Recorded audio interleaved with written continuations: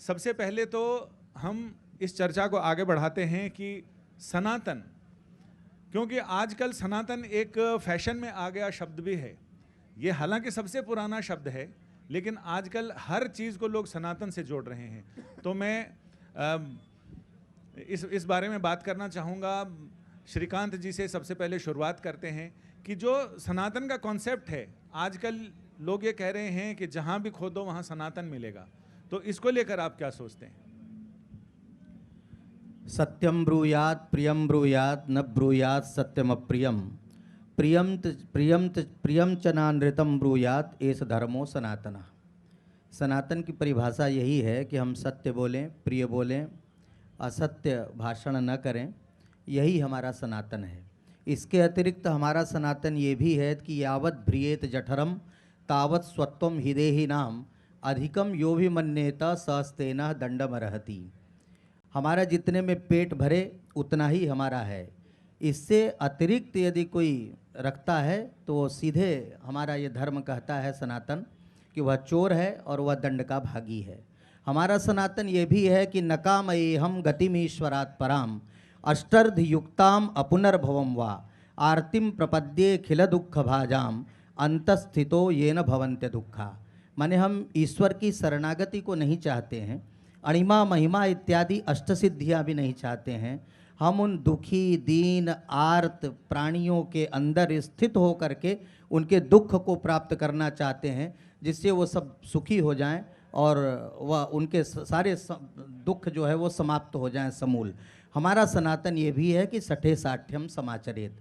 अगर कोई सठ है तो उसके साथ कैसा व्यवहार करता है, इसकी अनुमति, इसकी आज्ञा भी हमारा सनातन देता है। इसलिए सनातन की बड़ी व्यापक परिभाषा है। और जहाँ भी, जैसे आपने मूल विषय को उठाया कि आजकल फैशन है, तो ऐसा कोई फैशन नहीं है। अगर कोई फैशन बनाता है तो वो फिर उस पर वह विचारणीय विषय है।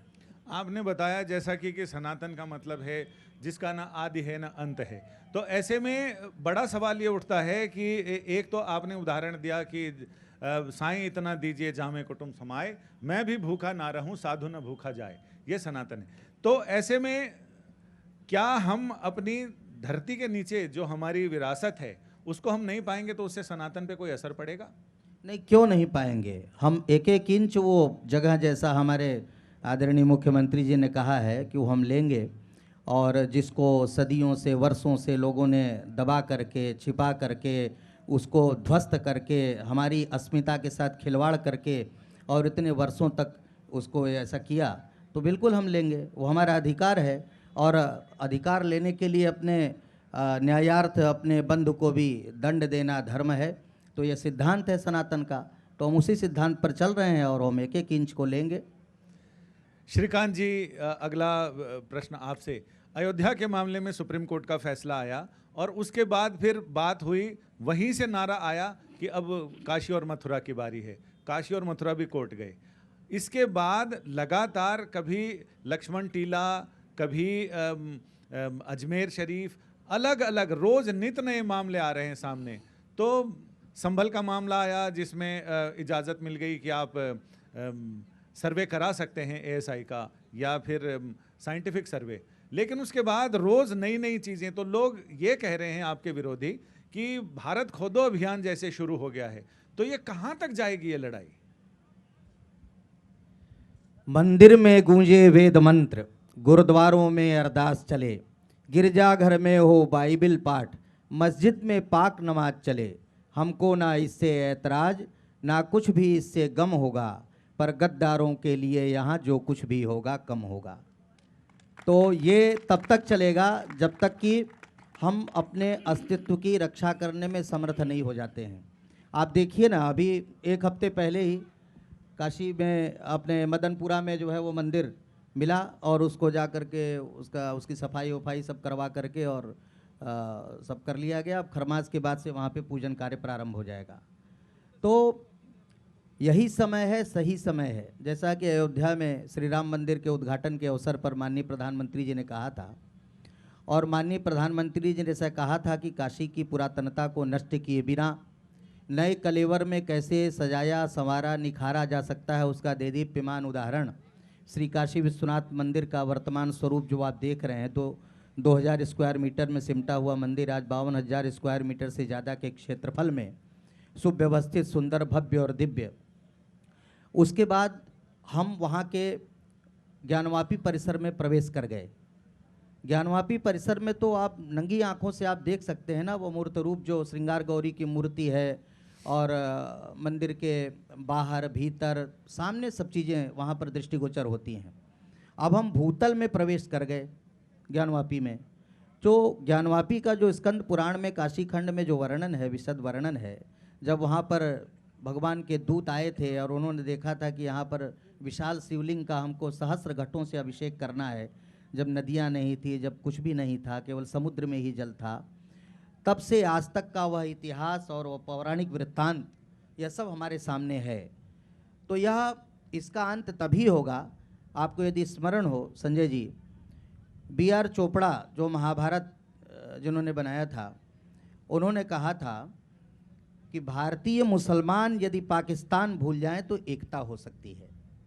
तो इनके अंदर से एक तो पाकिस्तान पहले निकल जाए और दूसरा ये मान लें कि हमारा मूल यही है। तो जब इस मूल अस्तित्व को वो पहचान लेंगे तो सब चीज़ें सब ठीक हो जाएंगी, और जो जहाँ जहाँ भी हमारे अस्तित्व हैं उनकी रक्षा करना हमारा परम कर्तव्य है।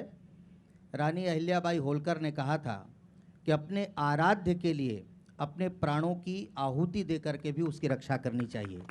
तो हम तो अपने प्राणों की आहुति देने के लिए तत्पर हैं, तैयार हैं।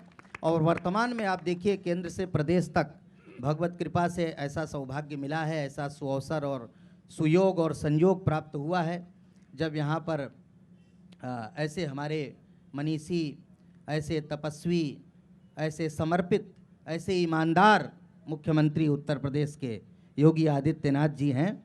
तो निश्चित रूप से हम लोगों को भरोसा है, और केंद्र में आदरणीय प्रधानमंत्री जी, तो निश्चित रूप से हम लोगों को यह है कि आने वाले समय में हमारा जो अस्तित्व है वो सुदृढ़ होगा। और उन लोगों को भी, जो ऐसे लोग हैं जिन लोगों ने सदियों से इसको दबा करके, ध्वस्त करके, छिपा करके रखा है, अब उनको भी ये समर्पित भाव से आगे आना चाहिए। और हम तो ये कहेंगे कि जो ऐसे काशी विश्वनाथ जी का या कृष्ण जन्मभूमि का, जैसा ठाकुर जी ने कहा, तो वहाँ के लोगों को सामने आकर के स्वयं ये कह देना चाहिए कि आपकी चीज़ है, आपकी संपत्ति है, आप ले लीजिए सहर्ष। उसके बाद विवाद समाप्त हो जाएंगे प्रायः। तो सबको हृदय बड़ा करना होगा ना, एक पक्षीय होने से तो काम नहीं होगा। एक इसी सवाल को मैं आगे बढ़ाता हूँ। देवकीनंदन ठाकुर जी ने कहा कि बहुत सारे ऐसे मंदिर हैं जिनमें दिया जलाने वाला भी कोई नहीं है। तो क्या हमें उनको अपने उन चीज़ों, उन मंदिरों को संभालना चाहिए, या नए की आस करनी चाहिए कि आधी छोड़ एक को धावे, आधी बचे ना पूरी पावे? तो क्या मार्ग अपनाना चाहिए? नहीं, हम नए का भी श्रृंगार साज करेंगे और हम अपने अस्तित्व को भी नहीं भूलेंगे। तो हम अपनी अस्मिता की रक्षा भी करेंगे, और नए भी जो मंदिर हैं ऐसे उपेक्षित हैं उन सब के लिए भी एक योजनाबद्ध ढंग से, जैसा अभी देवकीनंदन ठाकुर जी ने कहा कि सनातन बोर्ड बनाएंगे, तो सनातन बोर्ड बनने के बाद से बहुत सारी व्यवस्थाएं अनुकूल होंगी और सुदृढ़ होंगी। तो और हर मंदिर में दीपक भी जलेगा और हर मंदिर में पूजन और व्यवस्था भी सुचारू रूप से चलेगी, ऐसी हम आशा करते हैं। अगर आप मुझसे जुड़ करके अपनी समस्याओं का समाधान चाहते हैं और चाहते हैं कि आपकी समस्याओं को ज्योतिष के माध्यम से सुलझाया जाए, तो आप हमसे संपर्क कर सकते हैं, जुड़ सकते हैं एस्ट्रो तक पर।